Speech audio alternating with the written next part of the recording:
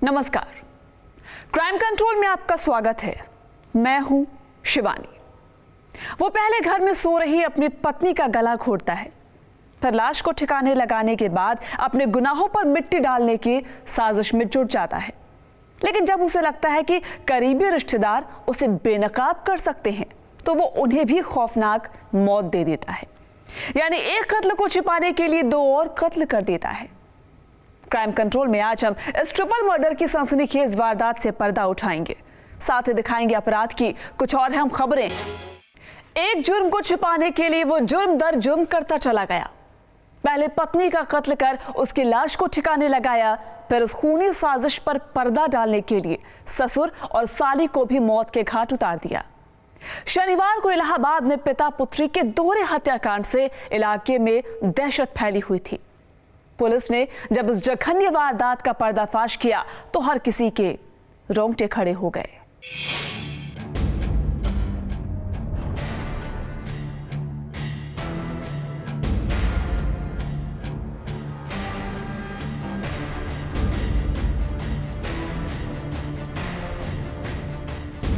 Police गिरफ्त में खड़े इन दोनों शख्स में से एक का नाम वीरू है। इसने जिस तरह से 3 लोगों को मौत के घाट उतारा, वो रोंगटे खड़े कर देने वाला है। एक नाजायज रिश्ते को बचाने के लिए इसने कई रिश्तों की कब्र खोद डाली। अपने एक गुनाह पर पर्दा डालने के लिए शातिर जुर्म दर जुर्म करता चला गया, लेकिन कानून की निगाह पर पर्दा डालने की इसकी कोशिश नाकाम रही। पहले किया पत्नी का मर्डर, फिर ससुर साली का कत्ल। 2 दिन पहले हुई पिता पुत्री की हत्या का पर्दाफाश हुआ तो लोग हैरान रह गए। दामाद वीरू ने ही ससुर और साली की गला रेत कर हत्या की थी, लेकिन दरिंदे ने जिस वजह से यह खूनी साजिश रची वो और भी ज्यादा हैरान करने वाली है। फादर की और उनकी डॉटर की डेड बॉडी मिली थी और शार्प वेपन से उनको मारा गया था। ये घटना करेली की थी, जिस संदर्भ में अज्ञात में मुकदमा दर्ज हुआ। इस घटना का अनावरण करते हुए जो मुख्य अभियुक्त है उनको गिरफ्तार किया गया। इसके अनावरण में ये भी चीज प्रकाश में आई कि जो मुख्य अभियुक्त है उसने अपनी बहन अपनी वाइफ को 2 जनवरी को ही मार दिया था इस साल।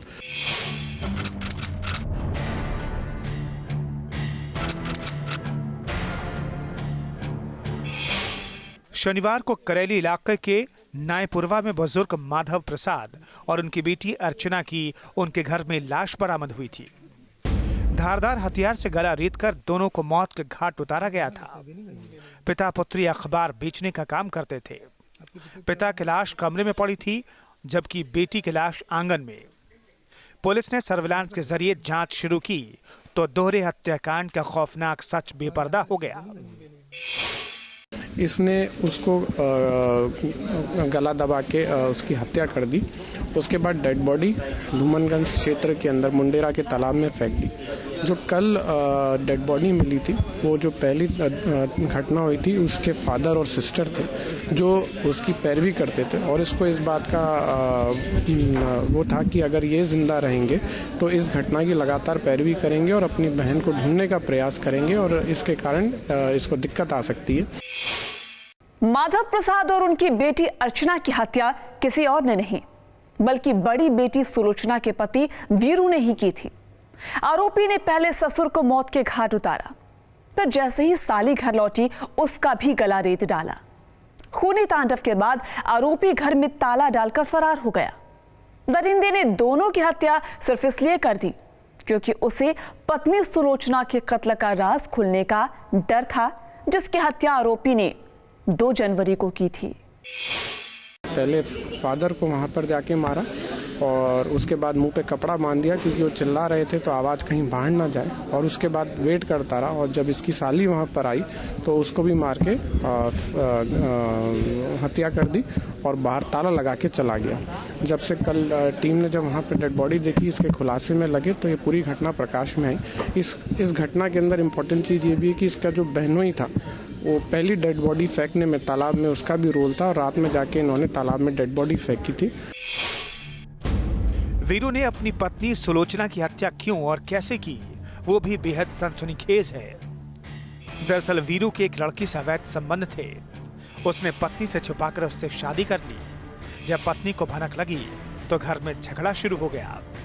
ये बात ससुर माधव प्रसाद को पता लगी तो उन्होंने भी दामाद पर दूसरी पत्नी से तलाक लेने का दबाव बनाया। घरेलू कलह इतनी बड़ी हो गई कि वीरू ने पत्नी सुलोचना की रात में गला घोंटकर हत्या कर दी। पत्नी की हत्या करने के बाद आरोपी ने उसकी लाश एक दिन तक कमरे में ही छिपाए रखी। अगले दिन जीजा योगेश को बुलाकर उससे सारी बात बताई। देर रात दोनों सुलोचना के शव को बाइक पर लादकर मुंडेर मंडी की तरफ ले गए और एक तालाब में दबा दिया। जो उसने अपनी वाइफ को मारा है, उससे एक बेटी भी हुई थी जिसकी डेथ हो गई थी और लगातार इनके बीच में कलह चल रही थी। और इसने अपनी दूसरी वाइफ को ये बताया कि अब मेरे उससे डाइवोर्स की फाइनल प्रोसीडिंग्स सारी हो गई हैं और कुछ ही समय में प्रोसीडिंग्स में क्लियर कर लूँगा। इस चीज़ को लेके इनके बीच में काफ़ी झगड़ा था और इसी झगड़े को लेके इसने हत्या की। ये ट्रिपल मर्डर हो गया, लेकिन क्योंकि घटना का दिनांक और घटनास्थल समय अलग अलग है। पत्नी की हत्या कर शव ठिकाने लगाने के बाद आरोपी वीरू ने ससुर को गुमराह किया और कहा कि पत्नी सुलोचना घर छोड़कर चली गई है।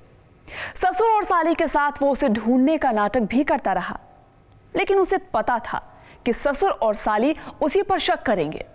लिहाजा उसने एक कत्ल पर पर्दा डालने के लिए 2 और कत्ल की पटकथा लिख डाली।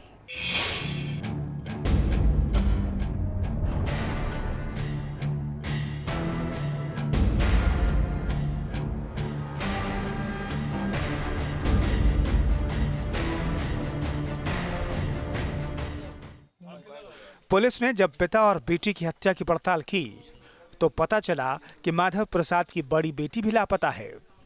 लिहाजा शक की सुई दामाद वीरू की तरफ घूम गई। उसके हाथ में जख्म का निशान भी था जो उसे ससुर और साली की हत्या करते वक्त लगा था। इस जख्म और सर्विलांस ने हैवानियत की पूरी पटकथा का पर्दाफाश कर दिया। कड़ाई से पूछताछ में वीरू ने सब कुछ उगल दिया। पुलिस ने वीरू और उसके जीजा योगेश को गिरफ्तार कर जेल भेज दिया है। क्राइम कंट्रोल के लिए इलाहाबाद से पंकज श्रीवास्तव, न्यूज स्टेट, उत्तराखंड, उत्तर प्रदेश। युवक अपनी पत्नी के साथ मंदिर जा रहा था। रास्ते में बाइक सवार 2 युवक उसे गोली मार देते हैं। जब तक पत्नी को समझ पाती, आरोपी मौके से फरार हो जाते हैं। युवक लहूलुहान होकर वहीं पर गिर पड़ा और मौके पर ही उसकी मौत हो गई। सरेराह कत्ल की वारदात मुरादाबाद की है।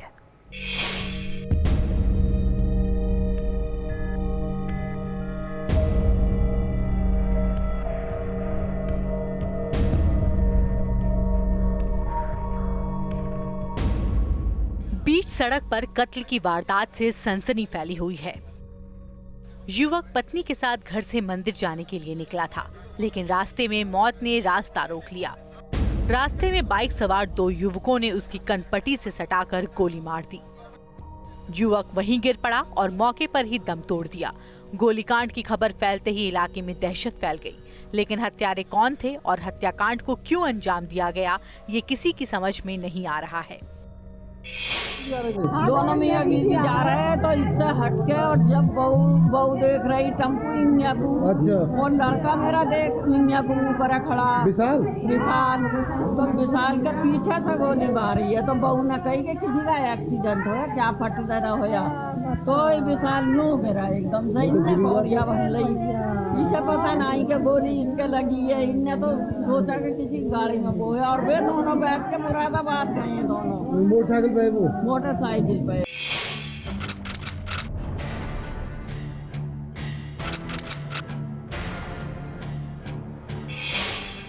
कत्ल की वारदात मुड़ा पांडे थाना इलाके के छपरा चौराहे की है। विशाल नाम का युवक पत्नी ममता के साथ सुबह 9 बजे मंदिर जाने के लिए निकला था। काशीपुर मंदिर के लिए वो छपरा चौराहे पर बस का इंतजार कर रहा था। इसी दौरान 2 युवकों ने पीछे से आकर उसे गोली मार दी। गोली की आवाज सुनकर आसपास अफरा तफरी मच गई। घर वालों के मुताबिक विशाल लखनऊ में नौकरी करता था और एक दिन पहले ही छुट्टी लेकर घर आया था। घर में पत्नी और 3 बच्चे हैं। बड़ा सवाल यह है कि जब वो यहाँ रहता ही नहीं था तो उसकी किसी से क्या रंजिश हो सकती है?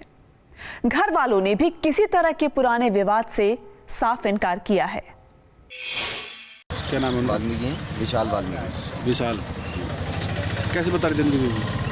वो उनकी बीवी बता रही थी कि वो मतलब कहीं जा रहे थे, लखनऊ ड्यूटी करते हैं वैसे, जो मतलब मायावती जी ने पार्क बनवाए थे उनमें ड्यूटी है उनकी। और जब वो यहाँ आई तो यहाँ दो व्यक्ति खड़े थे, वो उन्हें यहाँ छोड़ के वापस जा रही थी, मतलब छोड़ के चली गई यहाँ से, थोड़ी आगे आ गई। तो उन्हें ऐसा लगा जैसे गाड़ी में पंचर हुआ। उन्होंने जब आगे देखा तो उनके पति जो है जमीन पर गिरे पड़े। युवक की हत्या से परिवार में कोहराम मचा हुआ है। पत्नी और बच्चों का भी बुरा हाल है। शव को पोस्टमार्टम के लिए भेजकर पुलिस वारदात की तफ्तीश में जुट गई है। पत्नी और घर वालों से पूछताछ जारी है। हत्यारों की तलाश के लिए टीम गठित की गई है, लेकिन अभी तक कोई सुराग पुलिस के हाथ नहीं लगा है। मुरादाबाद से क्राइम कंट्रोल के लिए मुजम्मिल दानिश के साथ bureau report, News State, Uttarakhand, Uttar Pradesh. बदले की रंजिश में अक्सर खौफनाक साजिश की पटकथा लिख दी जाती है। 8 महीने पहले एक युवक की हत्या कर दी गई थी। उस खूनी वारदात की आग अभी बुझी भी नहीं थी। उससे पहले ही एक और शख्स को मौत के घाट उतार दिया गया। खेतों में बुलाकर एक शख्स को गोली मार दी गई। आरोप है कि पहली वारदात का बदला लेने के लिए दूसरी खूनी वारदात लिखी गई।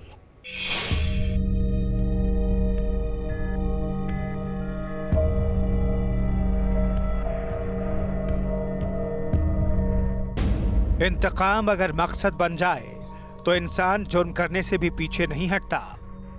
लोगों की ये भीड़ एक ऐसी खूनी साजिश की गवाह बनी है। घर में मातम पसरा हुआ है, परिजनों के आंसू नहीं थम रहे। जिस बात का डर था वही हो गया। शख्स को कुछ लोगों ने देर रात खेतों के पास बुलाया और फिर गोली मारकर उसकी हत्या कर दी।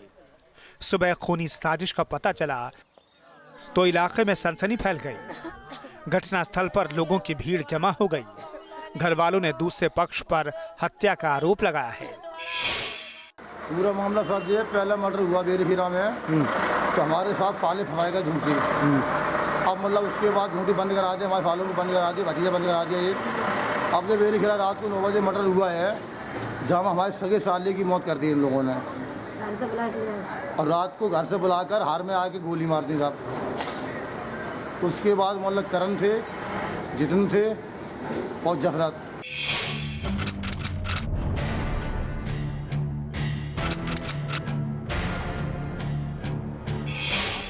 खूनी वारदात थाना बकेवर के बेरीखेड़ा गांव की है। पुलिस को यहां पर मुंगीलाल नाम के शख्स की हत्या की खबर मिली थी। उसकी लाश खेतों में पड़ी थी। पुलिस ने शव को कब्जे में लिया और पोस्टमार्टम कराकर वारदात की जांच में जुट गई। वारदात के पीछे पुरानी रंजिश की बात सामने आ रही है। बताया जा रहा है कि 8 महीने पहले एक युवक की हत्या हुई थी, जिसमें मुंगीराम और उसके बेटों पर आरोप लगा था। मुंगीराम के लड़के अभी जेल में ही हैं। आरोप है कि उसी हत्याकांड का बदला लेने के लिए दूसरे पक्ष के लोगों ने मुंगीराम को बहाने से खेतों में बुलाया और उसे मौत के घाट उतार दिया। वारदात को अंजाम देकर आरोपी फरार हो गए। मुंगीलाल नाम के व्यक्ति हैं जो 45 वर्ष के लगभग हैं। उनकी डेड बॉडी मिली थी। इसमें उनको गन शॉट है, तो प्रथम दृष्टया में हत्या किया जाना पाया गया है। इसमें अभियोग पंजीकृत किया जा रहा है और कार्रवाई की जा रही है। जैसा कि मामला निकल गया, पहले इन लोगों ने हत्या की थी, उसका बदला लेने के लिए ये लोग हत्या की गई है। अब तहरीर मिल रही है और इसमें कुछ पुराने रंजिश का भी प्रकरण सामने आ रहा है। इसमें जो विवेचना से जो भी तथ्य सामने आएगा उसके अनुसार कार्रवाई की जाएगी। बदले की खातिर रची गई जघन्य वारदात से गांव में कोहराम मचा हुआ है। पुलिस का भी कहना है कि मामला आपसी रंजिश का ही लग रहा है। आरोपियों को गिरफ्तार करने की कोशिश जारी है, लेकिन आशंका ये भी है कि रंजिश की आड़ में किसी और ने ही वारदात को अंजाम दिया हो। लेकिन आशंका ये भी जताई जा रही है कि कहीं रंजिश की आड़ में किसी और ने ही वारदात को अंजाम न दिया हो। ऐसे में साजिश के पीछे का सच पुलिस जांच के बाद ही साफ होगा। क्राइम कंट्रोल के लिए इटावा से अनु चौरसिया, न्यूज स्टेट, उत्तराखंड, उत्तर प्रदेश। गाजियाबाद पुलिस के हत्थे 2 बड़े गिरोह लगे हैं। जिन्होंने एनसीआर और पश्चिमी यूपी में लूट और चोरी के वारदात को अंजाम देता था। इसमें एक गैंग वाहन चोरी करता था, जबकि दूसरा गैंग लूट और छीना झपटी करने वालों का है। चुनाव आचार संहिता लागू होने के बाद पुलिस अपराधियों की धरपकड़ में जुटी हुई है। इसी के तहत 18 अपराधी पुलिस के हत्थे चढ़े हैं।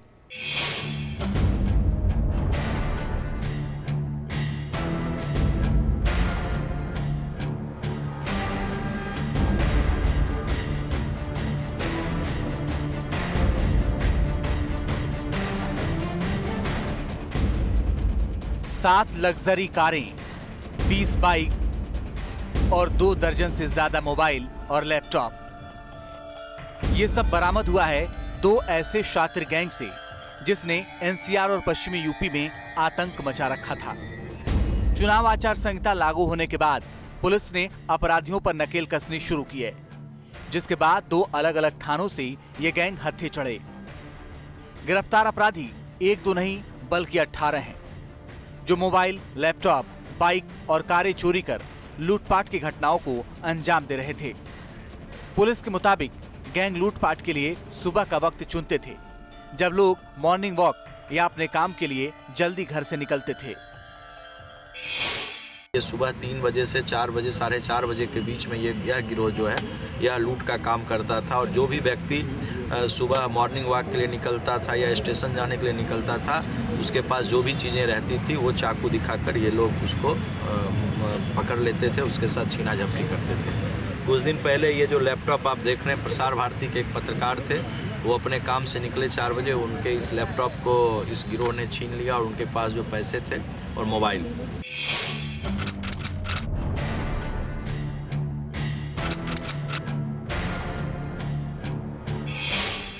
पुलिस गिरफ्त में लाइन से खड़े ये सभी शातिर अपराधी हैं, जिनकी पुलिस को लंबे वक्त से तलाश थी। पकड़े गए गैंग के 7 युवक लूटपाट करते थे, जबकि 4 का काम लूट के माल को सप्लाई करने का था। ये सभी 11 अपराधी विजयनगर थाना इलाके से पकड़े गए हैं।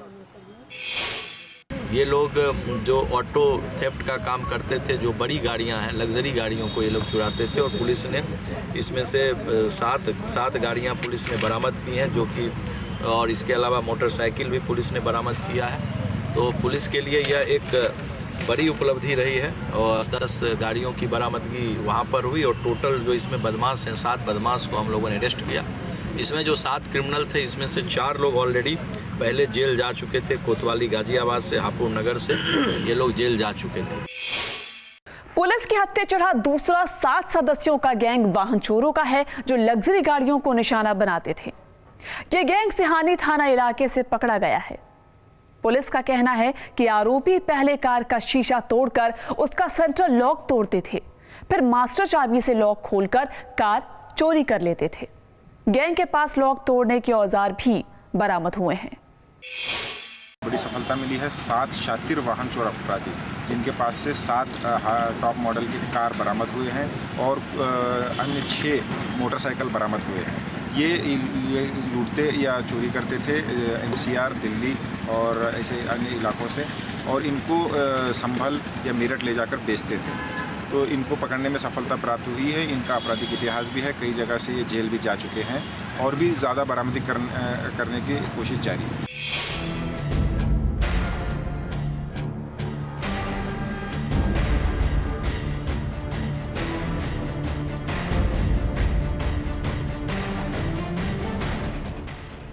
शातिर गैंग चोरी की कारों का नंबर बदलकर बेच देते थे। अगर कार नहीं बिकी तो उन्हें संभल में ले जाकर कटवा देते थे। पकड़े गए आरोपी पहले भी कई बार जेल जा चुके हैं। लगातार होने वाली प्रक्रिया है। इससे पहले भी कई दर्जनों वाहन और वाहन चोर और लुटेरे हमने गिरफ्तार किए हैं और ये आने वाले समय में भी हम करते रहेंगे। सिर्फ ये कहना कि एक गैंग को पकड़ने से पूरे वाहन चोर लूट या चोरी होना बंद हो जाएंगे, ये ठीक नहीं रहेगा। ये लगातार होने वाली प्रक्रिया है। हम और कोशिश करेंगे कि इस तरीके के जितने भी गैंग सक्रिय हैं इनको जल्द से जल्द गिरफ्तार किया। 2 गैंग के 18 सदस्यों को गिरफ्तार कर पुलिस ने बड़ी कामयाबी हासिल की है, लेकिन ऐसे कई और शातिरों पर कार्रवाई की जरूरत है। तभी पश्चिमी यूपी और एनसीआर में जारी अपराध पर अंकुश लगने की उम्मीद है। एसपी सिटी का कहना है कि अपराधियों पर कार्रवाई लगातार जारी रहेगी। गैंग के कुछ और सदस्यों की भी तलाश की जा रही है। क्राइम कंट्रोल के लिए गाजियाबाद से तेजिंदर सिंह, न्यूज स्टेट उत्तराखंड, उत्तर प्रदेश। क्राइम कंट्रोल में अब आपको दिखाते हैं अपराध की कुछ और अहम खबरें क्राइम टॉप 5 में। गाजियाबाद की रहने वाली एक महिला एडवोकेट पर जानलेवा हमले का मामला सामने आया। भूमाफिया पर हमले का आरोप है। मामला साहिबाबाद इलाके के आस्था अपार्टमेंट का है। महिला का नाम दीप्ति है। उनका कहना है कि भूमाफिया जबरन मकान के एक हिस्से को कब्जाना चाहते हैं और जबरन महिला के घर तोड़फोड़ भी की।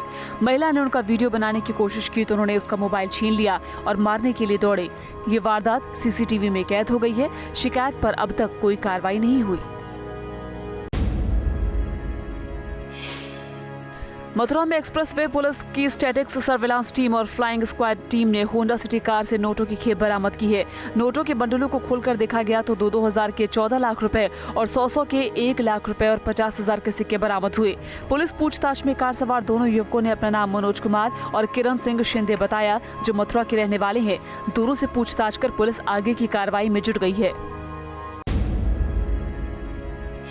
कुशीनगर पुलिस ने मुखबिर की सूचना पर छापेमारी कर 5 तस्करों को गिरफ्तार किया है। इनके पास से पुलिस ने 15 पिस्टल भी बरामद की। गिरफ्तार तस्करों ने कबूल किया कि इन हथियारों को वो बलरामपुर ले जाकर बेच दिया करते थे। पुलिस अभी इन लोगों से पूछताछ कर तहकीकात कर रही है कि कौन कौन से लोग इस गैंग से जुड़े हैं और इस गैंग के तार कहां तक हैं। सहारनपुर के एक गांव में पुरानी रंजिश को लेकर 2 पक्षों में खूनी संघर्ष हुआ, जिसमें 2 लोगों की मौत हो गई। इस हमले में 6 लोग घायल भी हुए हैं, जिन्हें मौके पर पहुंची पुलिस ने अस्पताल में भर्ती करवाया। फिलहाल सभी घायलों की हालत गंभीर बनी हुई है और पुलिस जांच में जुट गई है। लक्सर पुलिस को एक बड़ी कामयाबी हाथ लगी है। लक्सर पुलिस ने हरचंदपुर गांव के पास शमशान घाट के पास नदी में छापा मारा और वहां से कच्ची शराब बना रहे युवकों को घेर लिया, लेकिन मौके का फायदा उठाकर एक युवक भाग निकला। पुलिस ने मौके से शराब बनाने के सामान भी बरामद किए हैं। 10 लीटर कच्ची शराब, 35 लीटर लहन और एक भट्टी के साथ एक गैस सिलेंडर बरामद किया गया। पति पत्नी के बीच रिश्ते अच्छे नहीं है तो दोनों को अपने रास्ते अलग कर लेने चाहिए, लेकिन कई बार लोग रिश्तों से छुटकारा पाने के लिए खौफनाक साजिश रचते हैं। इलाहाबाद में ट्रिपल मर्डर की वारदात ऐसी ही साजिश की बानगी पेश करती है। क्राइम कंट्रोल के जरिए जुर्म से लड़ने के लिए हम आपको ऐसे ही जागरूक करते रहेंगे। आप सावधान रहिए, सुरक्षित रहिए। जय हिंद।